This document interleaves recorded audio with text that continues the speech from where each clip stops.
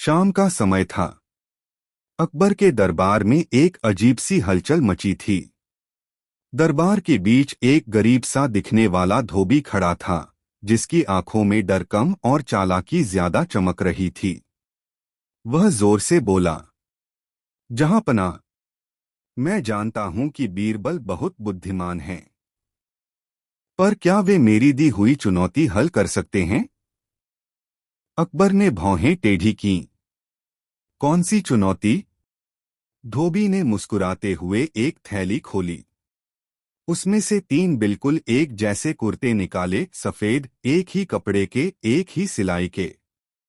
उसने कहा, इनमें से एक कुर्ता मेरा असली है, दूसरा मैंने चुराया है, और तीसरे में मैंने एक ऐसा राज छिपाया है जिसे कोई भी साधारण आदमी पहचान नहीं सकता। अगर बीरबल असली, चोरी किया हुआ और राज वाला कुर्ता पहचान ले तो मैं अपनी गलती मान लूंगा। पूरा दरबार सन्न रह गया। कुर्ते बिल्कुल एक जैसे, न वजन में फर्क, न कपड़े में, न सिलाई में। बीरबल मुस्कुराए। ठीक है, मुझे बस आधा घंटा चाहिए। उन्होंने तीनों कुर्ते अपने सामने रखे और ध्यान से देखने लगे। कभी सूंघते, कभी रोशनी में घुमाते, लेकिन उनके चेहरे से समझ नहीं आ रहा था कि उन्हें कुछ पता चल रहा है या नहीं। अकबर भी बेचैन हो गए। बीरबल, क्या हुआ? कुछ मिला? बीरबल ने कोई जवाब नहीं दिया। उन्होंने तीनों कुर्ते एक एक करके धोबी को वापस देते हुए कहा, इन्हें अपने अपने मालिक के हिसाब से पकड़ो। जैसे ही धोबी ने कुर्तों को हाथ लगाया, बीरबल मुस्कुराकर बोले, जहांपनाह, मैं बता सकता हूं कौन सा कुर्ता किसका है, और तीसरे में क्या राज छिपा है। दरबार में सन्नाटा छा गया। धोबी के चेहरे का रंग उड़ गया। अकबर ने पूछा, तो बताओ बीरबल, कौन सा कुर्ता चोरी हुआ है, और तीसरे में क्या रहस्य छिपा है? बीरबल बोलने ही वाले थे कि तभी महल के बाहर अचानक तेज धमाका हुआ। सैनिक दौड़ते हुए अंदर आए और कहा, जहांपनाह, वही चीज मिल गई है जिसकी हमें तलाश थी। अकबर हैरान, बीरबल गंभीर, और धोबी अचानक घुटनों के बल गिर पड़ा। लेकिन सैनिकों ने जो वस्तु लाई थी उसे देखकर पूरा दरबार अवाक रह गया। वह वस्तु क्या थी, और बीरबल को कैसे पता चला कि धोबी झूठ बोल रहा है? भाग 2, धोबी का छिपा हुआ रहस्य। सैनिकों ने जो वस्तु लाकर अकबर के सामने रखी, उसे देखते ही पूरा दरबार हक्का बक्का रह गया। वह कोई तलवार नहीं, कोई चोरी का गहना नहीं, बल्कि एक छोटा सा मिट्टी का घड़ा था जिसका ढक्कन टूटा हुआ था। अकबर चौंके। एक घड़े की वजह से इतना हड़कंप? इसमें क्या है? सैनिक बोला, जहांपनाह, यह घड़ा उसी धोबी की झोपड़ी के पीछे जमीन में दबा मिला है। धोबी का चेहरा सफेद पड़ गया। बीरबल ने धीरे से कहा, जहांपनाह, यही वह रहस्य है जो तीसरे कुर्ते में छुपा था। अकबर ने पूछा, तो बताओ, तीनों कुर्तों में फर्क क्या था? बीरबल ने इशारा किया। पहला कुर्ता जो धोबी ने आत्मविश्वास से उठाया, वही उसका असली था। दूसरा कुर्ता जिसे उठाते समय उसके हाथ कांपे, वह चोरी का था। और तीसरे कुर्ते में हल्की सी मिट्टी की गंध लगी थी, जो किसी जमीन में दबाई हुई चीज से आती है। अकबर ने घड़े की ओर देखा, पर इस घड़े में क्या है? बीरबल मुस्कुराए। इसे खोलिए। अकबर ने घड़े का ढक्कन हटाया। अंदर से एक पुराने कपड़े में लिपटा छोटा सा ताबीज निकला, जिस पर अजीब निशान थे। धोबी घबराकर चिल्लाया, नहीं, उसे मत छूना। वो मेरा नहीं है। बीरबल ने कहा, यह ताबीज तुम्हारा नहीं, लेकिन तुम ही ने इसे छिपाया है। तीसरे कुर्ते में जो मिट्टी लगी थी, वही मिट्टी इस घड़े की है। अकबर ने कड़क आवाज में पूछा, धोबी, यह ताबीज किसका है? धोबी कांपते हुए बोला, जहांपनाह, यह ताबीज मेरे घर में अचानक मिला था। लेकिन लेकिन इसमें एक ऐसा रहस्य है जो अगर सामने आ गया तो पूरा शहर डर जाएगा। दरबार में सन्नाटा फैल गया। अकबर ने कठोर आवाज में कहा, कौन सा रहस्य? धोबी ने रुक रुक कर कहा, यह ताबीज उस आदमी का है जो सालों पहले गायब हुआ था, और उसके गायब होने की कहानी अभी खत्म नहीं हुई है। जहांपनाह, सबकी सांसें थम गईं। बीरबल ने ताबीज को ध्यान से देखा। उनकी आंखें सिकुड़ गईं, जैसे उन्हें कुछ समझ आ गया हो। उन्होंने धीरे से कहा, जहांपनाह, मुझे लगता है अब असली खेल शुरू हुआ है, और इस ताबीज का संबंध उस रहस्यमयी व्यक्ति से है जो विषय 2 में आएगा। असल कहानी अब खुलने वाली है। धोबी अचानक चिल्लाया, नहीं, उसे मत बुलाना, वो वापस नहीं आना चाहिए।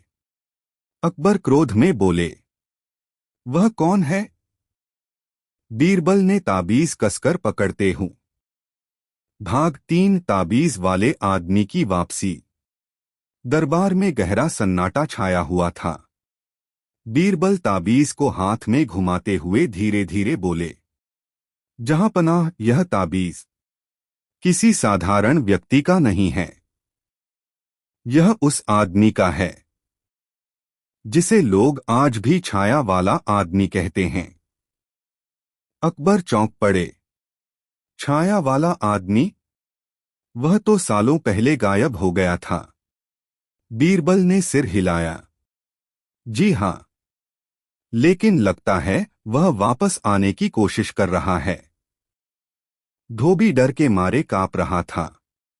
उसने फर्श पर सिर रख दिया। जहांपनाह, मुझे माफ कर दीजिए। मैंने उस ताबीज को छिपाया क्योंकि वह आदमी मेरी झोपड़ी के पास रात को दिखाई दिया था। पूरा दरबार दहल उठा। अकबर बोले, क्या वह सच में जिंदा है?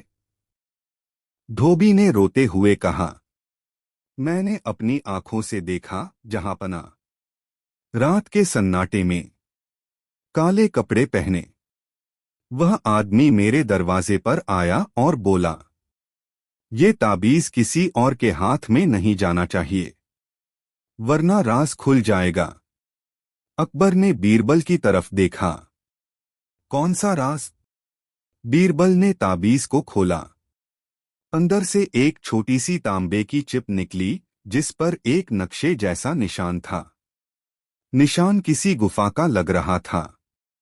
बीरबल ने गहरी आवाज में कहा, जहांपनाह, यह नक्शा उसी स्थान का है जहां छाया वाला आदमी गायब हुआ था। अकबर ने पूछा, लेकिन अब वह वापस क्यों आकर यह ताबीज छोड़ गया? बीरबल ने धीरे कहा, क्योंकि वह जानता था अगला कदम अब आपके दरबार में उठेगा। उसी समय महल के बाहर अचानक फिर से शोर मच गया। सैनिक दौड़ते आए। जहांपनाह, एक अजीब बात हुई है। जिस आदमी का जिक्र हो रहा है वह अभी अभी महल के पिछले दरवाजे के बाहर देखा गया है, और उसके हाथ में उसी गुफा का एक और निशान है। अकबर उठ खड़े हुए। क्या वह हमें चुनौती दे रहा है? बीरबल की आंखों में चमक आ गई। जहांपनाह, यह मामला सिर्फ ताबीज का नहीं है, यह उस खोई हुई गुफा का रहस्य है जिसका खुलासा विषय 2 से जुड़ा है। और लगता है वह आदमी चाहता है कि हम उस गुफा तक पहुंचें। अकबर ने आदेश दिया, फौज तैयार करो, हम अभी निकलेंगे। लेकिन तभी सैनिक वापस दौड़ा आया, सांसें टूटती हुई। जहां पना, वह छाया वाला आदमी एक संदेश छोड़ गया है। क्या लिखा है? अकबर गरजे। सैनिक ने कांपते हुए पढ़ा, अगर तुम सच जानना चाहते हो तो गुफा में मत जाना, क्योंकि असली सच्चाई तुम। आखिरी भाग, छाया वाले आदमी का असली सच। सैनिक का संदेश सुनकर पूरा दरबार हिल गया। सच्चाई गुफा में नहीं, तुम्हारे दरबार के अंदर छिपी है। अकबर गुस्से में बोले, दरबार में कौन है जो इस रहस्य से जुड़ा है? बीरबल शांत थे, पर उनकी आंखों में तेज चमक थी। उन्होंने धीरे से कहा, जहां पनाह, यह राज जानने के लिए हमें ताबीज, नक्शे और उस छाया वाले आदमी तीनों को जोड़कर देखना होगा। बीरबल ने ताबीज फिर से खोला।